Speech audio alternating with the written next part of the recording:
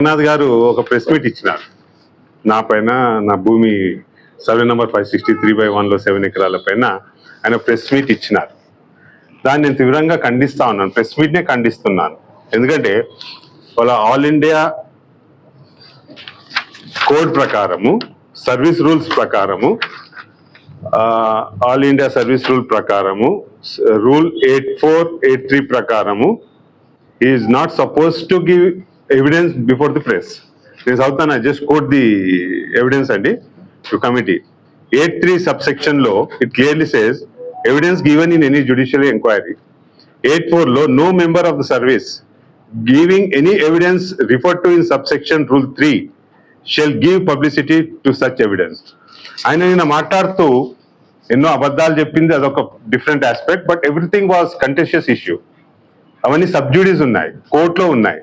కోర్టులో ఉండగా all India service లో ఈయన ఐపీఎస్ ఉండి ఇది మీడియా త్రూ తేవడానికి అసలు అవసరమే లేకుండా ఆయన సుప్రీంకోర్టు ఆదేశాలు ఇచ్చింది కంటెంప్ట్ లో.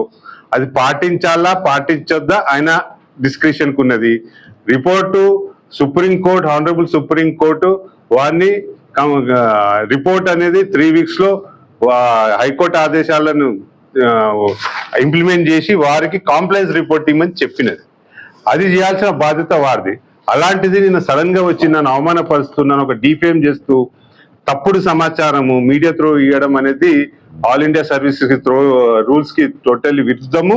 అంతేకాకుండా రూల్ 17 నేను కోట్ చేస్తానండి. రూల్ 17 క్లియర్ గా vindication of acts and character of members of the service అంటే IPS officer. No member of service shall except with the previous sanction of the government have recourse to any court or to press for the vindication of official act which has been the subject matter of adverse criticism or attack of a defamatory character. Court lo undanga varu ee rules binding when he is an IPS officer, when he is bureaucrat. Court ఉన్న matter ని sub judice matter ఆయన ఎలా తీసుకొచ్చినట్టు press మీ ముందుకి. అంతేకాకుండా ఇదే contempt కేసులో honourable high court వారిని చివాట్లు వేసింది, మీరు ప్రెస్ మీట్ ఎలా ఇచ్చారని. దానికైనా అపాలజీ ఇచ్చి మళ్ళీ వాళ్ళు సుప్రీంకోర్టు దానిపైన వెళ్ళడం అనేది తీవ్రంగా ఖండించదగ్గ విషయము. దీన్ని డెఫినెట్లీ మేము concerned law and order department, central home ministry కానీ ఇస్తాము, ఇక్కడ డీజీపీ కానీ ఇస్తాము. వారిపైన చర్యలు తీసుకోవాలా, వారిని సస్పెండ్ చేయాలా, వారిపైన తగిన రీతిగా చర్యలు తీసుకోవాలని మాత్రం మేము డిమాండ్ చేస్తా ఉన్నాం. ఈ సబ్జుడీస్ యాక్చువల్ దీనిపైన మేము కూడా ఇష్టపడం దీనిపైన క్లారిఫికేషన్ ఇవ్వడానికి. కానీ ఆల్రెడీ మొత్తం ఆల్ ఓవర్ ఇండియాలో పబ్లిసిటీ ఇచ్చినాడు. ఆల్ ఓవర్ ఇండియాలో తప్పుడు సమాచారం ఇచ్చి మమ్మల్ని డిఫేమ్ చేయడానికి చూసినాడు. అంతేకాకుండా వారి ఉద్దేశం క్లియర్ తెలుస్తా ఉన్నది. ఈ సాటర్డే సండే ప్రెస్ లో రావాలని ఇచ్చినారంటే సండే నాడు జ్యుడిషియరీ అంతా లీవ్ లో ఇంట్లో ఉంటారు. అంటే ఈ want to influence the judiciary mind. వాళ్ళ పేపర్లలో తప్పుడు సమాచారం ఇచ్చి సుప్రీంకోర్టు జడ్జెస్ ని మైండ్ ఇన్ఫ్లుయెన్స్ చేయడానికి ట్రై చేసినాడు అంటే అతను ఎంత ప్రమాదకారు అనేది ప్రతి ఒక్కరు గ్రహించుకోవాలా. ఫ్యాక్ట్ చెప్తాను. అతను ఫస్ట్ మాట్లాడాడు. ఏం మాట్లాడాడు? నేను ఎగ్జిబిట్స్ ఏం లేవని. నేను లోవర్ ట్రయల్ కోర్టులో 54 ఎగ్జిబిట్స్ మై మార్క్ అయినాయి. ఎగ్జిబిట్స్ ఊరికే మార్క్ కావు, ఒరిజినల్స్ ఉంటేనే మార్క్ అవుతాయి. 54 మార్క్ అయినప్పుడు ఆయన కాదనడం అనేది ఆయన విడ్డూరం. అదే గవర్నమెంట్ ఒక 10 ఎగ్జిబిట్స్ కూడా సరిగా లేవు, అవి కూడా total everything is a contested issue. ఇవాళ చెప్పడం అనేది బాగోదు, ఎందుకంటే సబ్జుడీస్ కనుక. కానీ వాటి ప్రైమ్ ఫేసే తప్పులు నేను చెప్తాను చూడండి. వారు అన్నారు నా అగ్రిమెంట్ ఆఫ్ సేల్ రిజిస్టర్ కాదు కనుక ఇన్వాలిడ్. ఆయన ఎవరండి? మన కోర్టు కూడా ఆయనకు తిట్ల పురాణం ఇచ్చింది. You cannot take law in your hand అని. Who is he to declare whether my document is valid or not? It's the judiciary, sub judice, it's is the judiciary matter. ఆ జ్యుడిషియరీలో అగ్రిమెంట్ ఆఫ్ సేల్ 86 అన్నప్పుడు all India specific performance లో lower court 2018లో decree ఇచ్చింది. దాంట్లో note చేసింది 1994 ముందున్న agreements of sale కి అవసరం లేదు. దానికి ఆల్రెడీ వారు రూలింగ్ ఇచ్చినారు. మన లోవర్ కోర్టు నా స్పెసిఫిక్ పర్ఫార్మెన్స్ లో దానికి రిజిస్ట్రేషన్ అవసరం లేదని చెప్పేసి ఆల్రెడీ రూలింగ్ ఇచ్చినారు. ఇది whatever it is my, it's our personal, I mean private issue. Who is mister Ranganath to comment about my document? Grievance ఉంటే let him put forth those before the trial court. ఇంకా మా trial ఇంకా start కాలే, trial రాబోతా ఉన్నది. ఉల్టా ఇంకొకటి documents అని నిన్న శాటిలైట్ అనేసి మ్యాప్స్ అని, మ్యాప్ లో మొత్తం ట్యాంపర్డ్ ఉన్నాయి. అది హైకోర్టు ముందు తీసుకెళ్ళినాం, వాళ్ళు రికార్డ్ అయింది, దాని report they could not report before the high court about the tampering of the documents. When those are all contentious issues, how did he come before the media and try to defame me and saying I was wrong? Who is he to define whether I was right or wrong? The sub judice, let court decide whether I am right or wrong. మీరు ఇంకొకటి అన్నారు satellite అయితే మీరు సేత్వార్ ఎందుకు ఉన్నది, సేత్వార్ మీరు change చేసినారా? సేత్వార్లో కుష్కి ఉన్నప్పుడు సేత్వార్లో మీరు ఏమైనా స్టెప్స్ తీసుకున్నారా చేంజ్ చేయడానికి? మాకేం నోటీసులు వచ్చినాయా? రిజిస్టర్డ్ సేల్ డీడ్ లో 1932 నుండి అది రెసిడెన్షియల్ పర్పస్ ఉంది. సేత్వార్ 52లో ఇస్ కుష్కి ఉంది, డ్రై ల్యాండ్. టిఎస్ఎల్ఆర్ లేటెస్ట్ 2025 ఏదైతే లేటెస్ట్ తీసాం దాంట్లో కూడా ఇట్స్ వేకెంట్ డ్రై ల్యాండ్ ఉంది. అది ఆల్రెడీ కోర్టులో ఎగ్జిబిట్ మార్కే ఉన్నాయి. Did you take, if you believe that satellite measures are final, did you take any steps to change your revenue records? Change don't you have to follow process of law? Adi telokapothe, are you really an IPS officer? You are not really an IPS officer. Because when you do the misconduct of your service rules, you are not born to be an IPS officer. I think we will file this petition before all concerned departments to demit you from your office. ఇంకొకటి మీరేమన్నారండి, మీరు నిన్న మాట్లాడుతూ నేను ఇచ్చిన documents అని తప్పు, నాకు ఇది లేదు అని చెప్పి కోర్టు. ఇంకోటి ఇష్యూ, కోర్టు ఏమన్నదండి సుప్రీంకోర్టు, మీరు ఎక్స్పర్ట్ వెళ్ళినారు, మాకు నోటీస్ ఇచ్చినారా? మాకు నోటీస్ ఇవ్వలే. సరే, కోర్టు అది గ్రహించి వారు ఆర్డర్లు ఏం రాసినారండి? నిన్న మీరు ఏమో బండి మధ్యలో నీళ్ళు ఉండడానికి చుట్టూరా బండి వేసినాను, బండిలో మధ్యలో నీళ్ళు నింపినానని మీరే చెప్తున్నారు. This happened post 12 June 2025. Status quo ఇచ్చిన రోజు తర్వాత ఇవన్నీ ఎక్సర్సైజెస్ అయినాయి. దాని తర్వాత మీరు కంపౌండ్ వాల్ కట్టినారు, గ్రిల్లు వేసినారు. అది నిన్న మీరు చెప్పినారు. మీరు ఏమన్నారు? కోర్టు మమ్మల్ని తీయకుండా నష్టపోద్దని అన్నారు. ఎక్కడన్నదండి? కోర్టు ముందు మీరు ఫెన్సింగ్ టెంపరీ చేసినాము, తీయొచ్చా లేదంటే దాని court what did it say? Complaints report may be filed in the meanwhile. Complaints report to complaints para 69-70 of high court orders, దానిపైన కంప్లైంట్స్ రిపోర్ట్ ఇమ్మన్నది. Subsequently if any fencing has been erected and retention thereof is considered necessary, justification ought to be provided in such affidavit అన్నారు. ఫెన్సింగే మీరు clear చూడండి. If any fencing has been erected, ఇది అసలు ఫెన్సింగే లేదే. What is the legal term of fencing and boundary? Fencing is a temporary structure built by some cross-linking or temporary frames for temporary marking kosam fencing sir. That is the legal definition of fencing. What is compound wall? You have constructed an RCC compound wall from almost 3 meters below the ground. That's not fencing. That's a boundary wall which you have to have taken permission from the court when status quo was prevailing. తీసుకున్నారండి.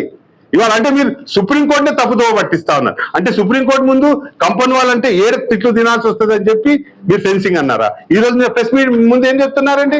నేను compound wall తీయాల్సిన అవసరం లే, ఎఫిడేట్ file చెయ్యండి.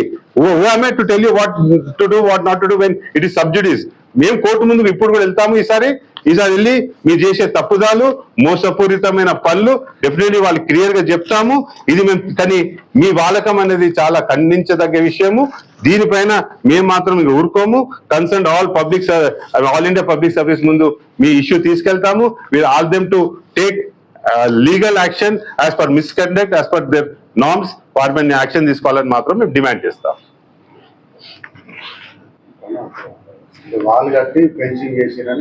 కోర్టుకి చెప్పినాడు legally fencing is different, boundary wall is different. Boundary wall కి government permission తీసుకోవాలి, ఫెన్సింగ్ కి పర్మిషన్ అవసరం లే. It's temporary thing.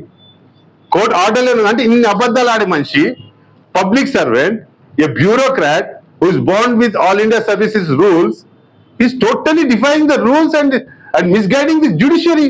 ఇంకొక జ్యుడిషియరీ మన కంటెంప్ట్ లో క్లియర్ గా డిఫైన్ చేసింది, is interfering in to the judiciary process అని.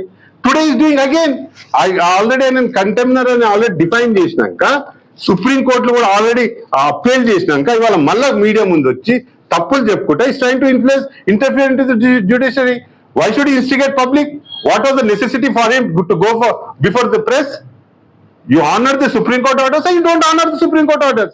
You explain in an affidavit. Fine. So what was the need for you to go before the press and try to defame me? definitely will take legal action against him.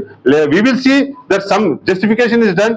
To me, in turn, it should be across the state, because the way he's been behaving, the way he's bossing around the public is totally arbitrarily, is totally unwarranted, and will take strong action against him.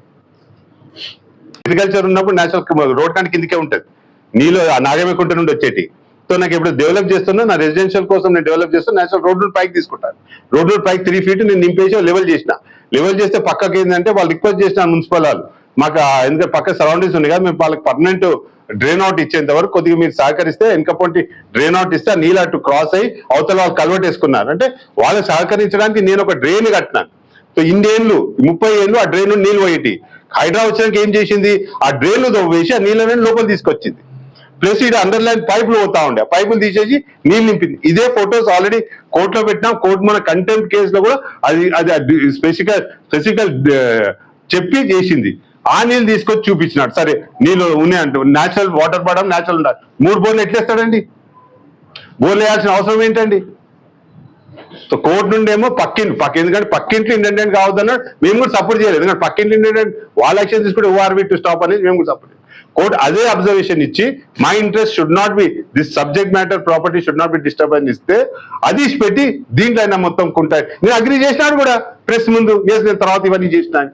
మీకు ఎవరు ఇచ్చినారండి అధికారాన్ని? Private land మీకు satellite ప్రకారం ఉంటే issued notices to change the state ద్వారా TSLR. There is a due process of wherein we definitely oppose చేసేవాళ్ళము. Only judiciary can affix these kind of changes. He is not judiciary. He cannot define a title. Only he can collect a revenue. That's it. Revenue department, state government. వచ్చి వాళ్ళు తొవ్వేసి కూడా వెళ్ళినారు, bulldozing చేసినారు.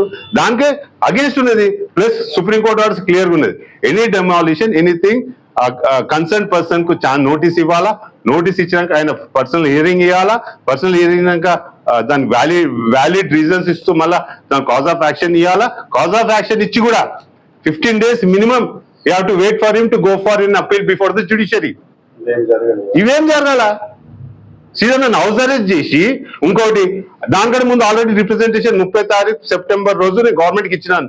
ఏది clear notification, మా land కాదు ఏం లేకున్నా దాంట్లో క్లియర్ రెసిడెన్సీస్ ఉన్నాయి, బుషెస్ ఉన్నాయని చెప్పి చుట్టూ బఫర్ జోన్ ఇచ్చినాడు.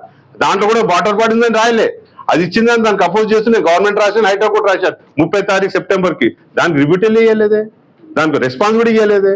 మన పర్సనల్ హియరింగ్ పిలిచేది ఉండే కదా. నేను మీకు లెటర్ ఇచ్చినప్పుడు నన్ను హౌస్ అరెస్ట్ చేసి ఇచ్చినాక సరే whatever it is, past is past, sub judice ఉన్నది. సబ్ జ్యుడిస్ ఉండగా నిన్న మీరు ప్రెస్ ముందుకు రావాల్సిన అవసరం మీకేమొచ్చింది? That clearly shows is trying to influence judiciary minds. నా బతుకమ్మ గుంట ఇష్యూ మీద చెప్పినాడు, అది ఉంది నా దగ్గర.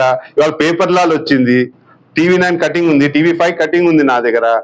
ఆయన బతుకమ్మ కుంట పైన తప్పు చెప్పిన సుధాకర్ రెడ్డి, ఆయనకు అసలు టైటిల్ లేదు. నేను టైటిల్, డిక్లరేషన్ టైటిల్ నేను ఎందుకు ఇస్తానండి? నా స్పెసిఫిక్ పర్ఫార్మెన్స్ లో ఆల్రెడీ మై టైటిల్ ప్రాసెస్ ఉంది. నా పొజిషన్ సెటిల్ పొజిషన్ ఉంది కనుక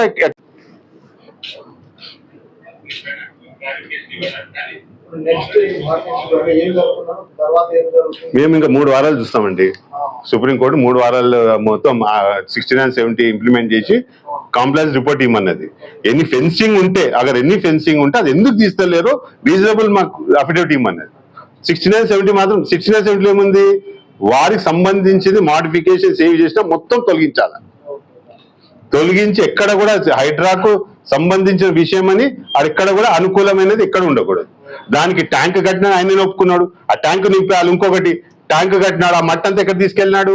వెళ్ళేసి ఇక్కడనే పక్కకు అంబర్పేట అలీకే పక్కకు మొత్తం 100 feet రోడ్ అయితే మొత్తం అక్కడ అమ్ముకున్నాడు, అక్కడ వాడాడు. ఇవాళ నింపాలి కదా అది. నువ్వు 12/6 లోపల వాపస్ రావాలంటే ఏదో టెంపరీ ట్యాంక్ చేసినావో దాని మొత్తం ఆర్టిఫిషియల్ ట్యాంక్ చేసినావు, దాన్ని మొత్తం నింపాలా. నింపినా మీకు ఆ ప్రాబ్లం ఏముంటుంది? ఈ suppose to bring back the land